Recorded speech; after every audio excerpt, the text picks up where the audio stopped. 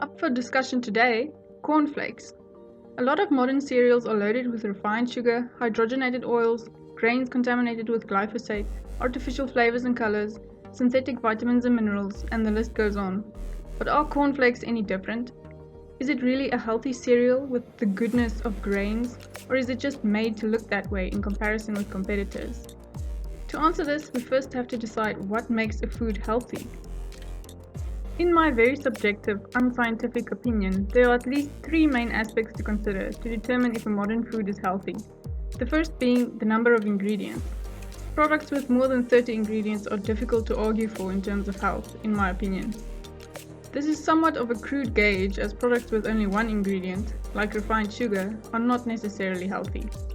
Which brings me to processing, or how much a food is changed from its natural state. In many cases, extensive processing is required to produce the final food product, and in addition, the ingredients themselves are extensively processed before being combined into the final product. And lastly, the human or evolutionary appropriacy, or how long humans have been eating this food. This is important because it gives us an indication of whether a certain food matches our physiology and would promote longevity, or places a strain on our physiology and would promote disease. The question is, how recent is recent enough for our bodies to have evolved to a certain food? One of the most recent dietary changes for which there is evidence of genetic adaptation is perhaps lactase persistence, or the ability to digest milk sugar into adulthood, which was a response to livestock domestication 10,000 years ago. So let's look at two examples. Firstly, red meat. Red meat is made of only one ingredient, so I score it 10 out of 10. The processing. Unless it is cured, smoked, fermented, or processed in some other way, there is no processing apart from the butchering process, so I score it 9 out of 10. Human appropriacy. Evidence suggests that meat was incorporated into the human diet at least 2.6 million years ago, so another 10. This gives meat a total score of 29 out of 30. Now let's look at Twinkies, composed of 33 ingredients. The original recipe from 1930 actually included a lot of whole ingredients, like eggs, milk and butter, with real bananas and real cream for the filling. But the need for a longer shelf life led to the introduction of many additional and highly processed ingredients, like mono and diglycerides to replace eggs, and cellulose gum to replace the fat in the filling.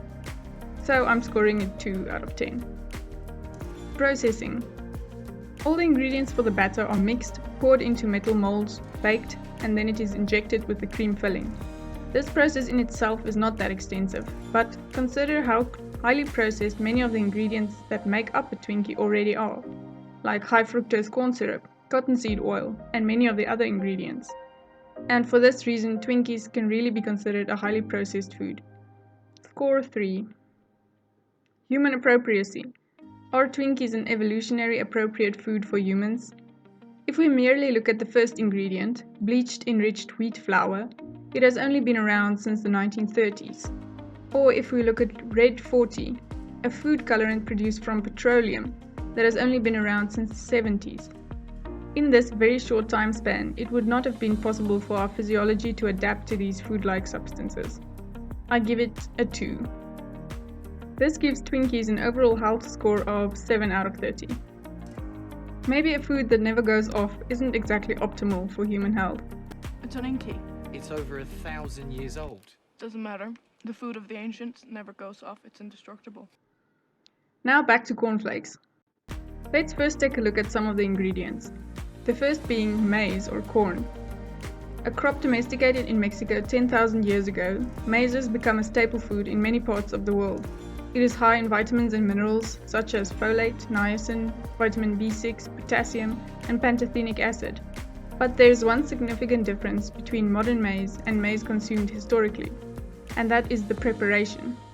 The Aztec and Mayan civilizations developed nixtamalization, a process for the preparation of corn that involves soaking and cooking it in an alkaline solution. This process has several benefits. It increases the bioavailability of vitamin B3, calcium, and protein, while also reducing phytic acid, a compound which inhibits the absorption of minerals such as zinc, iron, and calcium. as well as mycotoxins, compounds produced by certain molds that may grow on cereals. And finally breaks down hemicellulose, a component of the outer hull of the cornflake, thus making the hulls easier to remove and softening the maize. Nixtamalization essentially unlocks many beneficial nutrients that are contained in corn and inactivates many detrimental compounds. This process is so important that historically, in populations that have depended on unprepared maize as a staple food, it has led to the development of deficiency diseases such as pellagra, which is vitamin B3 deficiency. The next ingredient is sugar, and I'm guessing this is refined white sugar. Refined sugar was first consumed in India about 2,500 years ago, which is quite recent on an evolutionary scale. The processing of sugar also involves a number of steps that are aimed at stripping away the molasses and the fibrous component of the sugarcane to concentrate the sucrose. 100 kilograms of sugarcane is required to make 1 kilogram of refined sugar. If it were not for modern food processing machinery, it would be very difficult for us to consume the same amount of sucrose from raw sugarcane as we do today from processed foods.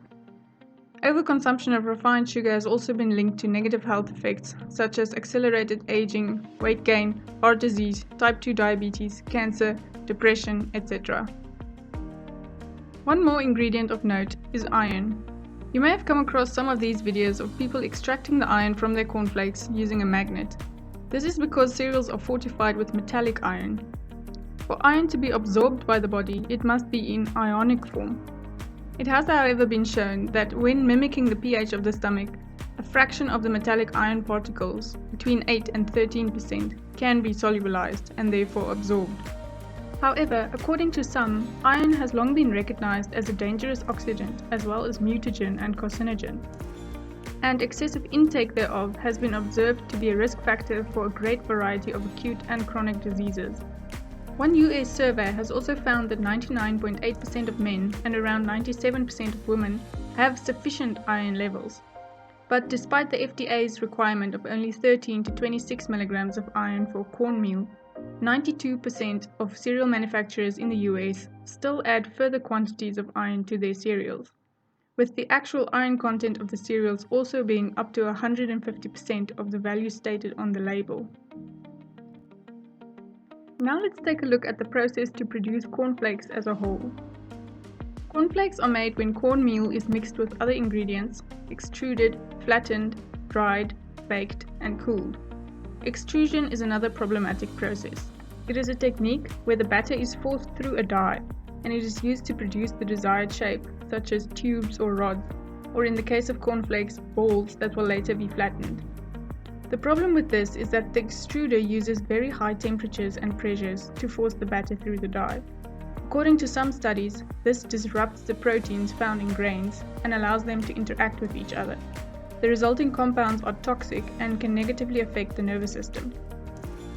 In his book, Fighting the Food Giants, Paul Stitt describes a study that he found in a file cabinet while working for a cereal company.